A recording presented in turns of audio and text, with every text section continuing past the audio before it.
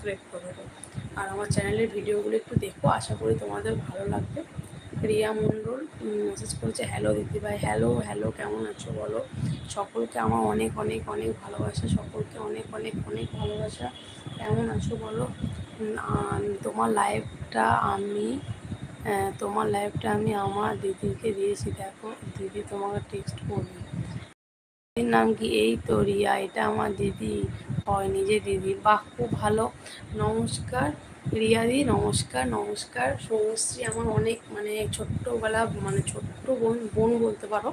সৌমশ্রী কিছুদিন আগে আমার লাইভে এসেছিলো, তো সেখান থেকে সৌমশ্রীর সাথে অনেক গল্প হয়েছে। তো তুমি ওর দিদি, তুমি আমারও দিদি হবে। নমস্কার দিদি, কেমন আছো বলো? অসংখ্য ভালোবাসা নিও এই ছোট্ট বোনটা, ঠিক আছে? আমিও তোমার ছোট বোনের মতোই, তো ভালোবাসা নিও।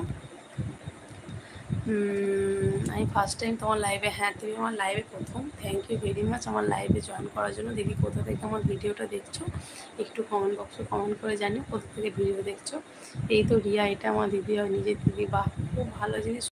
আমার লাইভটাকে নিজের দিদির কাছে শেয়ার করি। Thank you thank you thank you very much. Soumashree, তুমি খুব খুব খুব ভালো থাকো, ভালো করে পড়াশোনা করো, আরও আরও আরও এগিয়ে যাও, আরও বড় হও। দিদি, আমার দিদিও প্রোফাইলে আছে।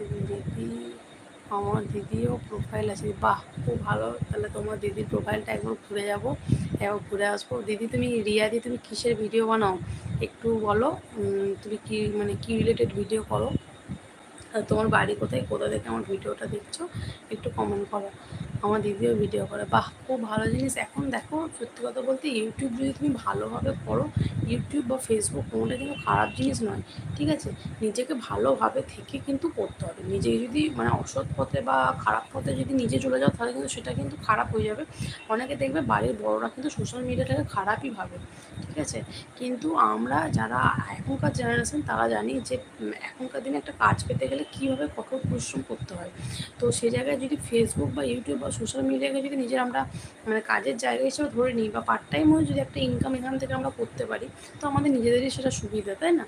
তো অবশ্যই বলবো যে এটা কিন্তু খারাপ প্ল্যাটফর্ম নয়। ইউটিউব হচ্ছে অবশ্যই খুব ভালো প্ল্যাটফর্ম। এখান থেকে হাজার হাজার কোটি কোটি মানুষ কিন্তু এখানে নিজের একটা একটা নিজের জায়গা তৈরি করে নিচ্ছে। ইউটিউব থেকে, ফেসবুক থেকে, ইনস্টা থেকে, যেখান থেকেই বড় একটা জায়গা তৈরি করে নিচ্ছে।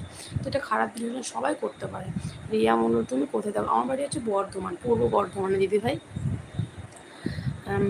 কিছু শর্টস দেখলাম, ভালো বেশ ভালো। পরে দেখে কমেন্ট লাইক করে দেবো। থ্যাংক ইউ ভেরি মাচ দাদাভাই। এই তো তোমার আমার ভিডিও শর্টস ভালো লেগেছে, থ্যাংক ইউ ভেরি মাচ। বড় ভিডিওগুলো দেখো, তা দেখবে আবার ভালো লাগবে। সৌম্যশ্রী দিদিকে বলেছি তোমাকে কমেন্ট করতে কেমন দিই? থ্যাংক ইউ ভেরি মাচ বনি, তুমি অনেক অনেক ভালো করে এগিয়ে চলো। তোমার সামনে এক্সাম, খুব ভালো করে পড়াশোনা করো। আমার বোনেরও এক্সাম, তুমি আমার বোনের মতোই, তো বলবো ভালো করে এগিয়ে চলো, ভালো করে পড়াশোনা করো, মন দিয়ে পড়াশোনা করো, তারপরে এগোবে। আমি রান্না বান্না নিয়ে ভিডিও বানাই। বাহ, খুব ভালো জিনিস তো। দেখো, আমরা যারা হাউস ওয়াইফ আছি, তুমি হয়তো হাউস ওয়াইফ নাকি আমি জানি না। রিয়াদি, তুমি কি ওয়ার্কিং না হাউস ওয়াইফ, কোনটা? যদি তুমি হাউস ওয়াইফ বলতে থাকো, তো আমি বলবো তুমি একটা সারাদিনের ব্লগও দিতে পারো যে তুমি কী করছো না করছো। আমি যেহেতু ওয়ার্কিং, আমি সারাদিন কাজ করি, তো সেজন্য ওই টাইমগুলো হয় না। কিন্তু যদি বাড়িতে থাকতাম, তো সারাদিন কী করছি না করছি সেই ভিডিওগুলো কিন্তু দেওয়া যেতেই পারে, এটা খারাপ কিছু না। তুমি কি করছো দিদি? আজ আমারও একটা জামার সেলাই আসলে খুলে গেছিলো বোনো, ওই জামাটা সেলাই করছিলাম। তুমি বাড়ি কখন আসলে দিদি জব থেকে? আজ তো বোনো রবিবার, আজকে সানডে, আজকে বাড়িতেই ছিলাম। দিদি টিফিন করেছো? হ্যাঁ, আমি টিফিন খেয়েছি। বলি, তুমি টিফিন খেয়েছো? আমি হাউস ওয়াইফ, হ্যাঁ বুঝতে পেরেছি। তুমি কি কাজ করো? আমি একটা প্রাইভেট সেক্টরে একটা সেলসের কাজ করি। তো আমি এটা বিয়ের আগে থেকেই করতাম দিদি, তো এখনও সেটা কন্টিনিউ করে যাচ্ছি। জানি না করতে পারবো, তো কন্টিনিউ করার চেষ্টাটা করি। ও আচ্ছা আচ্ছা।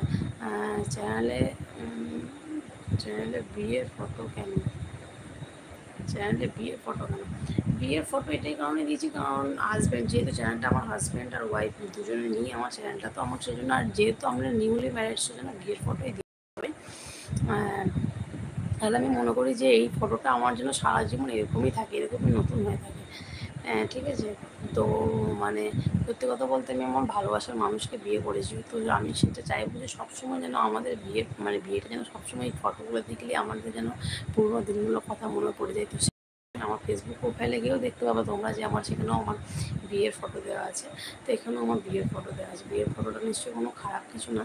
আর আমার হাজব্যান্ড ওয়াইফের একসঙ্গে ছবি